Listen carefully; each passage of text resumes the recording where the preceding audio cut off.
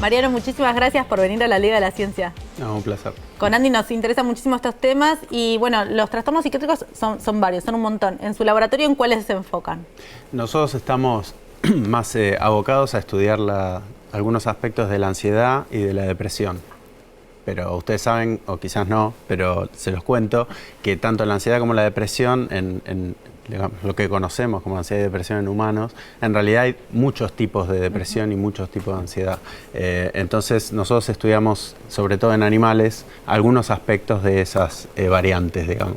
¿Y cómo es trabajar en animales, no? Porque tienen que hacer modelos de problemas psiquiátricos, es como que debe ser complicado. Es bastante complicado, pero hay algunos aspectos que se pueden estudiar. Hay cosas muy puntuales, conductas puntuales, circuitos del cerebro también que son muy homólogos a los nuestros, que podemos estudiar y bueno, que nos sirve para entender un poco qué es lo que está alterado en el cerebro en estas patologías, pero además tratar de entender de qué manera uno podría corregir algo de estos trastornos.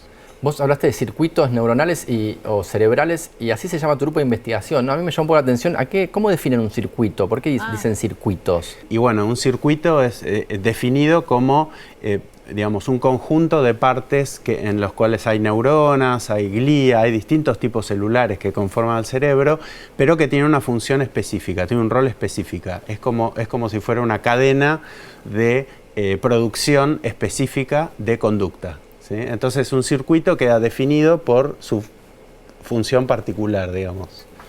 Por ejemplo, podría ser, no sé, estoy pensando, circuitos asociados al miedo. Exacto. ¿Esos dónde están, por ejemplo? Y, por ejemplo, circuitos asociados al miedo, lo que conocemos es que en general están relacionados con la amígdala, una región muy chiquitita del cerebro que se llama la amígdala, y sí, y el miedo está involucrado también en la vulnerabilidad al estrés, por ejemplo. ¿Sí? Claro. Y ustedes estudian entonces ansiedad y depresión a nivel molecular, celular, en animales. Justamente estudiamos tanto la parte microscópica o molecular de esos circuitos, cómo moléculas cambian en ese circuito, hasta la conducta de los animales y cómo uno puede manipular esa conducta o tratar de prevenir alteraciones en la conducta. Claro. ¿Y qué nos puede decir sobre qué pasa con el cerebro cuando está ansioso o deprimido?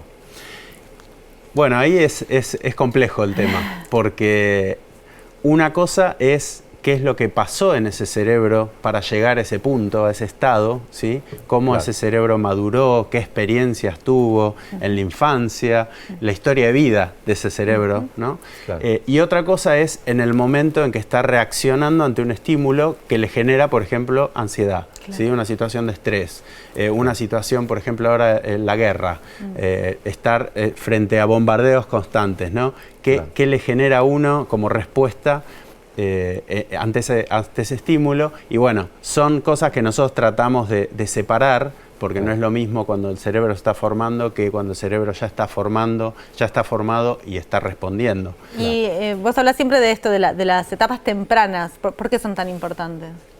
Nuestra infancia, nuestra vida inclusive intrauterina, ¿sí? Es capaz de alguna manera esculpir lo que va a ser nuestra conducta o nuestra forma de ser adulta, ¿sí? Y bueno, una cosa que se vio en el transcurso de todos estos años, digamos, de investigación, es que muchas de esas conductas que quedan esculpidas en la infancia es a través de cambios en el cerebro, ¿sí? El cerebro queda, digamos, impregnado, digamos, de alguna manera, de ciertas modificaciones que después hacen o resultan, ¿sí? Obviamente es muy complejo, no es lineal el análisis que uno puede hacer, pero de alguna manera eso termina influyendo, ¿sí? En lo que va a ser el individuo adulto, ¿sí? Su forma de reaccionar, su forma de emocionarse y cómo se va a sobreponer o no a situaciones de estrés. Eso en particular es lo que nos interesa más a nosotros. ¿Y ustedes pueden estudiar entonces en ratones, por ejemplo, qué pasa durante el desarrollo del embrionario del ratón inclusive y ver cómo eso correlaciona o no con depresión o ansiedad del ratón en su vida adulta? Exacto. Por ejemplo, nosotros en particular trabajamos con modelos que son de origen temprano de estas patologías, ¿sí?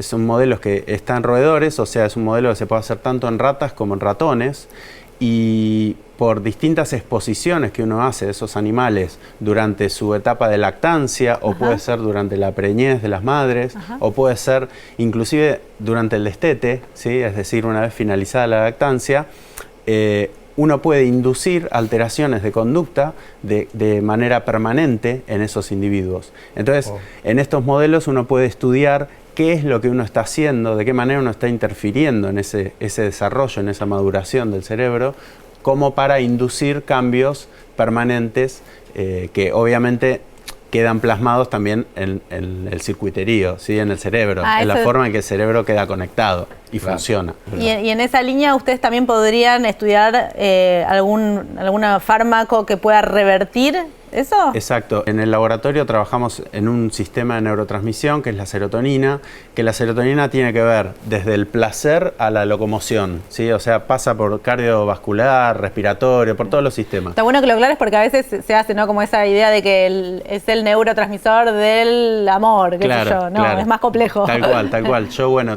justo tengo en una charla arranco con una pantallita y muestro el chocolate, ¿no? La serotonina del chocolate, pero después sigue toda una rueda de funciones, porque la verdad que la serotonina tiene entre 13 y 14 receptores, o sea que tiene una versatilidad de acción impresionante en todo el cerebro. Bueno, la cuestión es que con esta molécula nosotros estamos estudiando un receptor particular que está en la corteza prefrontal, que es una región frontal del cerebro, que está conservada en humanos, obviamente, y estamos estudiando un fármaco que está aprobado para otras aplicaciones, ¿sí?, en humanos, y estamos probando si tiene un valor, digamos, preventivo en estos modelos. Es decir, que uno pudiera pretratar a esos individuos que quizás uno sabe que van a estar expuestos a un estrés, ¿sí?, y uno puede prevenir alteraciones conductuales adultas, ¿no? ¿Y qué es eso que vieron en los modelos animales, en los ratones o en las ratas, que piensan que se puede extrapolar a humanos en relación al cerebro?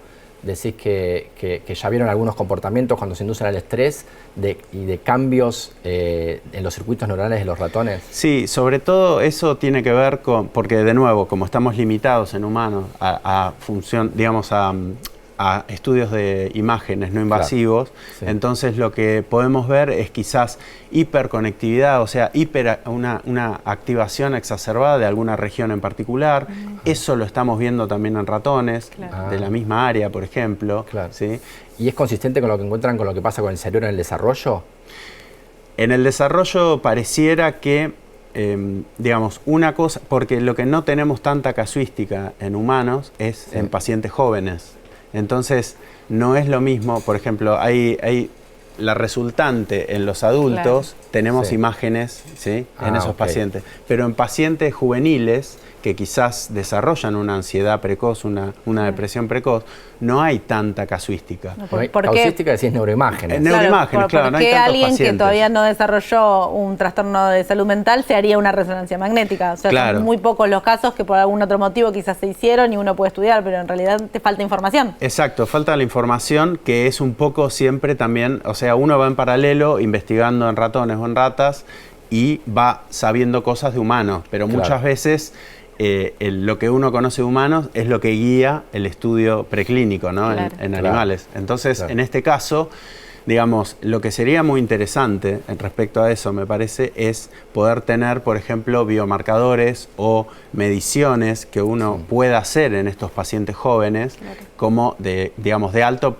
valor predictivo, ¿sí?, que uno pueda decir, este paciente está yendo hacia esta dirección, entonces quizás uno puede terapéuticamente atacar el problema desde antes que se empiece a incrementar o a manifestar. Porque hoy en día pasa que personas que pasan por un estrés no desarrollan después depresión o ansiedad, y otras personas que pasan por un estrés sí desarrollan, entonces como poder distinguir eso, ¿no? Exacto, exacto.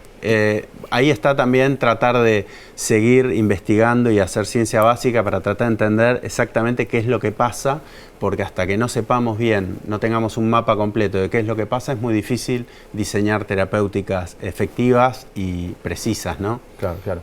Y estoy pensando, para entender un poco el circuito de ciencia, cómo la ciencia básica después termina con aplicaciones.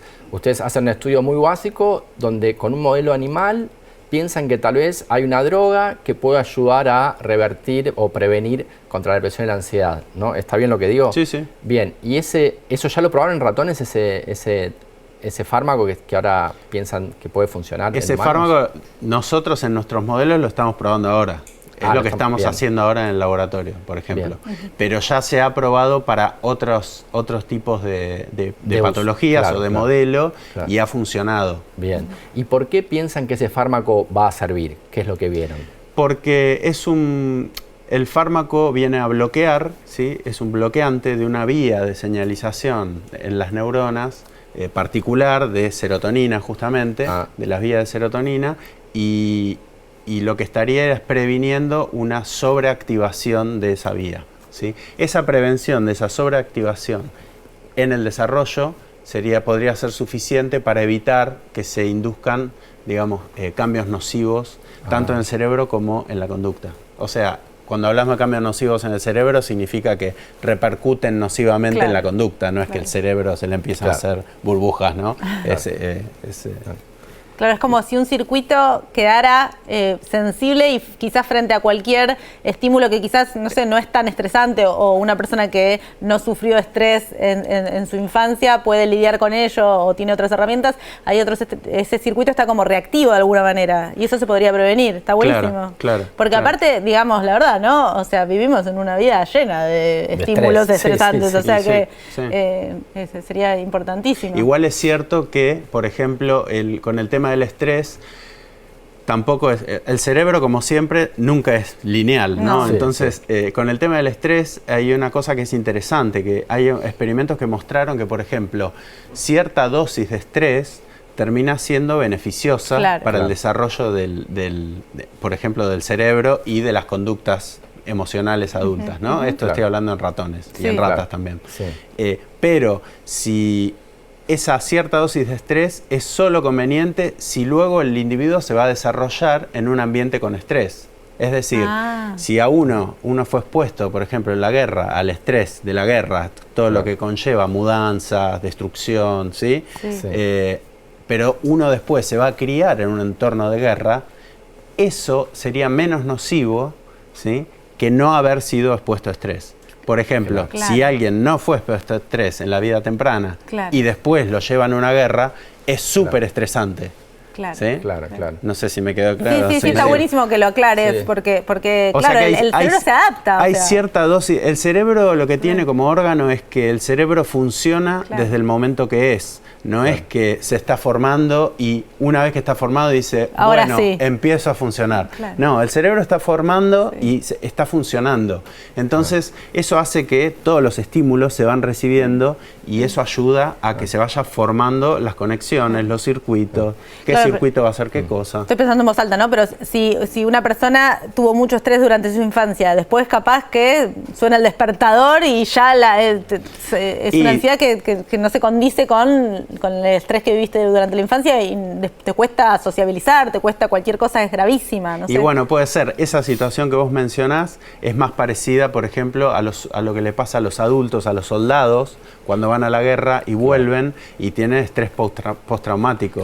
Entonces, cualquier estímulo los revierte, o sea, los reintroduce en su ambiente de guerra, ¿sí? Y es completamente estresante, aunque el estímulo es el sonar de un timbre. Yo justo en mis clases de neurociencia del aprendizaje, donde se habla bien de la plasticidad, porque la plasticidad neuronal tiene buena fama, ¿no? Popularmente, porque te permite aprender hasta la vida adulta, porque el cerebro es plástico hasta que te morís, entonces puedes seguir aprendiendo, y hay como una fama buena de qué bueno que nuestro cerebro es plástico, pero tiene su lado malo también, que es que una vez que se crean circuitos neuronales con el miedo, por ejemplo, puede estar hipersensibilizado, ¿no? En el desarrollo del cerebro, cuando el cerebro está formando, uno puede decir que la plasticidad de ese cerebro es máxima, es el momento de máxima plasticidad. Pero después hay cierto nivel de plasticidad que se mantiene y es para las funciones más que vos te estás refiriendo. La primer plasticidad, esa es donde uno puede realmente dejar una impronta en cosas básicas como el conexionado, qué circuito va a hacer qué neuronas tienen que tener cierto nivel de activación y quizás si las tenés trabajando mucho, las agotás y después quedan como fuera de uso. O sea, mismo dentro de la plasticidad hay varios tipos de plasticidad. ¿Y esa que vos decís hasta qué edad va más o menos? Esa que bueno, es máxima. en los roedores es un poco más fácil porque están estos denominados periodos críticos, ¿sí? Entonces, en estos periodos críticos, que son periodos de plasticidad, lo que significa es que estímulos externos, ¿sí? Cualquier estímulo te afecta la formación de los circuitos. Esos periodos críticos en los ratones pueden ir, dependen siempre de la función. ¿Sí? No todas las funciones tienen su periodo crítico al mismo momento. Claro. Por ejemplo, la función visual tiene un periodo crítico definido y funciones más cognitivas es posterior porque también van a usar la visual. ¿Sí? Entonces, el último siempre es como el más complejo, el que va integrando. Pero, no, te quería preguntar, porque tenemos que ir cerrando. A mí me parece importantísimo que las personas sepamos que esto se está estudiando y que también hay una base fisiológica, ¿no? Tanto de la depresión y la ansiedad, porque todavía creo que hay mucho estigma alrededor de la salud mental y está esta idea de que, bueno, si uno le pone onda, se te va la depresión, o que estás ansioso, entonces te tenés que calmar, porque con fuerza de voluntad alcanzaría. Y a mí me parece importante, vos sentís todavía cuando contás que trabajás en salud mental y demás, ¿sentís que eso da alivio, saber que hay una base fisiológica y que se sabe? Seguramente, digamos, hay mucha gente que trae esto a colación justamente muchas veces. El tema de, no, estoy un poco bajón, estoy deprimido. Bueno, estarás un poco bajón, no estás deprimido, ¿sí? O sea, la depresión es un trastorno, es algo disfuncional muy fuerte. Entonces, es cierto que ese falso marketing medio que corroe un poco la relevancia del trastorno como sí, ¿no? Claro. Pero sí, empezar a hablar de estas cosas y de que hay una base y todo, empieza a romper un poco el mito ese de que, bueno, estamos todos un poco deprimidos, somos todos un poco ansiosos. No, hay una ansiedad que te hace vivir con mucho sufrimiento, no es un poco ansioso. Entonces es importante justamente educar, digamos, en ese sentido, ¿no? Un lujo, muchísimas gracias. Nos quedamos con ganas de escuchar mucho más, pero está interesantísimo, seguramente escucharemos a futuro más avances al respecto. Bueno, gracias por la invitación. Muchísimas gracias. Nosotros nos tenemos que ir a un corte y enseguida volvemos con la Liga de la Ciencia. No se vayan. La Liga de la Ciencia es alfa, es beta. La Liga de la Ciencia. Hay un portal, hay un sitio, hay un canal donde el conocimiento toma la palabra. Todo Ciencia. Todociencia.com.ar. Mucho más que noticias científicas.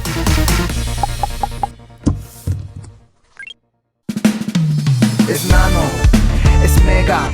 La Liga de la Ciencia es alfa, es beta. La Liga de la Ciencia.